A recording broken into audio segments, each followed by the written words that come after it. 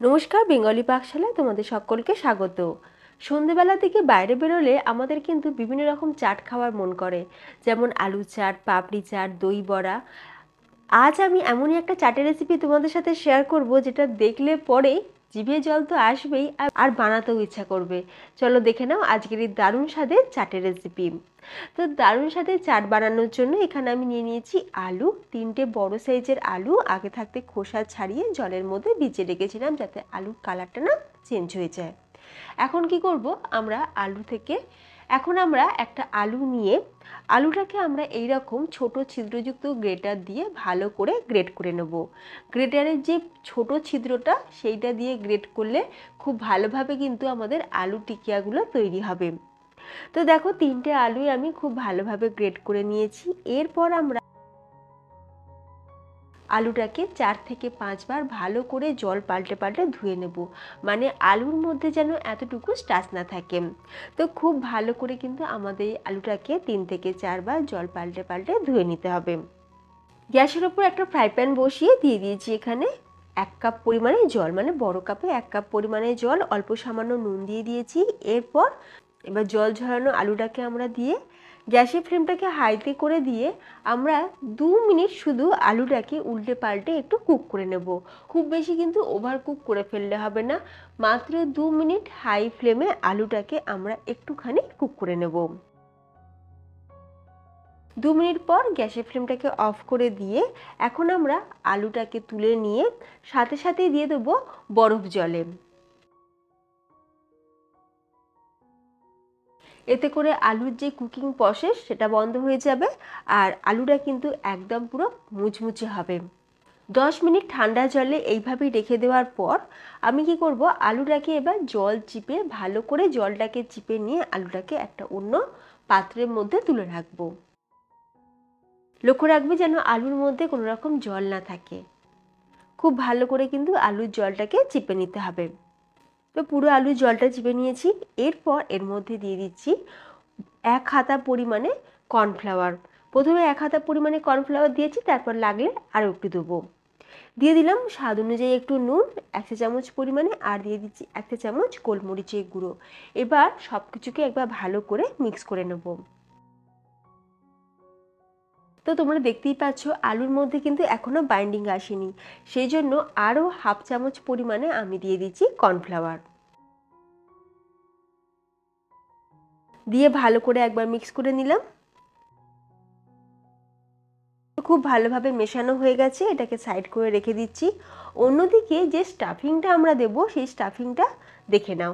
এখানে আমি কিছুটা পরিমাণে কাজু চপ করে নিয়েছি, কিশমিশ সেটাকেও চপ করে নিয়েছি, আর নিয়েছি সবুজ মটর।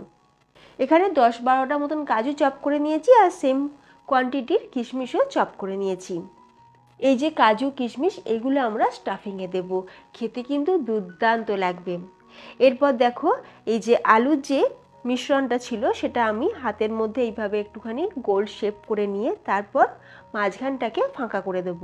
ঠিক যেরকম আমরা পুর ভরার জন্য মাঝখানটা খালি করে নিই, সেইভাবেই কিন্তু এটাকেও করে নিতে হবে। মাঝখানটা খালি করে নিয়ে এর মধ্যে একে একে কাজু কিশমিশ সবুজ মটর এগুলোকে দিয়ে দেবো।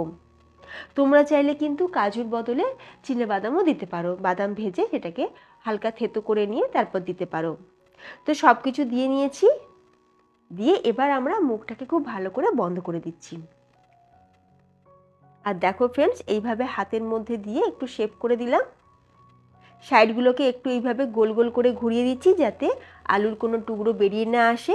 আর তোমরা দেখতেই পাচ্ছ কত সুন্দর শেপটা এসেছে। একই রকমভাবে কিন্তু আমি সবগুলো রেডি করে নেব। তোমাদের সুবিধার জন্য আমি আরও একটা বানিয়ে দেখাচ্ছি। ফ্রেন্ডস, তোমাদের কাছে একটাই রিকোয়েস্ট, ভিডিওটা ভালো লাগলে প্রচুর প্রচুর শেয়ার করে দিও তোমাদের ফ্রেন্ডস এবং ফ্যামিলির মধ্যে। তার সাথে তোমরা যদি আমার চ্যানেলে নতুন বন্ধু হয়ে থাকো তাহলে প্লিজ প্লিজ চ্যানেলটি সাবস্ক্রাইব করে পাশে থাকা বেল আইকন প্রেস করে রাখবে। তাহলে আমি চ্যানেলে যখনই ভিডিও আপলোড করব তার নোটিফিকেশন সবার আগে তোমাদের কাছে পৌঁছে যাবে। ফেসবুক পেজ থেকে যারা ভিডিওটি দেখছো তোমাদের কাছে রিকোয়েস্ট রইল পেজটি ফলো করে নেওয়ার জন্য, আর ইউটিউব থেকে দেখলে চ্যানেলটি সাবস্ক্রাইব করে পাশে থাকার জন্য।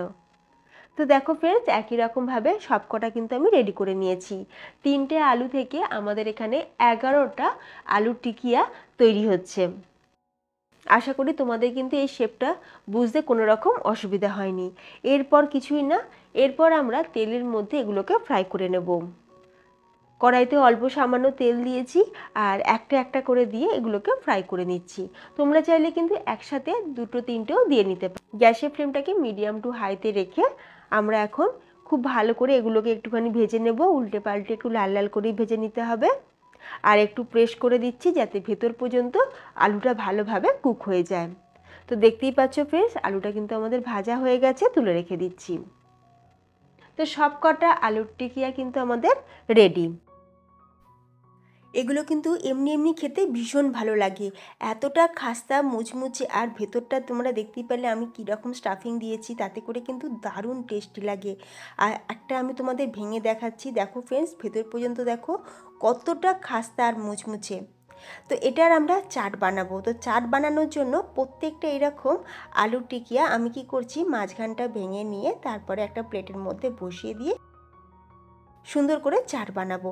তো চাট বানানোর জন্য আমাদের যেটা লাগবে টক দই। টক দইটা আমি অল্প সামান্য বিট নুন আর চিনি দিয়ে একটু ফেটিয়ে রেখেছিলাম। টক দইটা ওপর থেকে দিয়ে তার উপরে দিয়ে দিচ্ছি টমেটো কেচাপ, দারুণ চটপটা। আর এই টমেটো কেচাপ আমি বাড়িতেই বানিয়েছি, দোকানের ভেজাল খাওয়ার থেকে বাড়িতেই একদম নির্ভেজালভাবে বানিয়ে নাও টমেটো কেচাপ।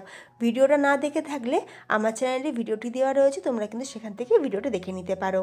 কিছুটা ভুজিয়া, ধনেপাতা, চাট মশলা আর বিট নুন ওপর থেকে ছড়িয়ে দিয়েছি। তো দারুণ সুস্বাদু আলু টিকিয়া চাট আমাদের একদম রেডি। যে কোনো নিরামিষ দিনে বানিয়ে খেতে পারবে। তোমরা দেখতেই পেলে আমি কিন্তু কোনো রকম পেঁয়াজের ব্যবহার করিনি। তোমরা চাইলে কিন্তু উপর থেকে একটু পেঁয়াজ ছড়িয়েও দিতে পারো, তবে আমি কিন্তু দেব না।